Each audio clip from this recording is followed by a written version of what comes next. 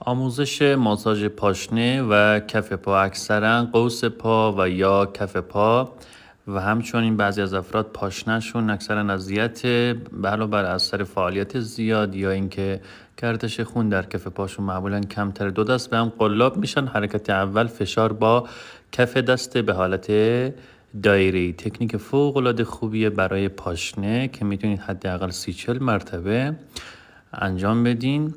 حرکت بعدی وسط پای مقدار چرب میکنیم، خط وسط انگشتان شست مستقیم به سمت بالا تا ابتدای پاشنه.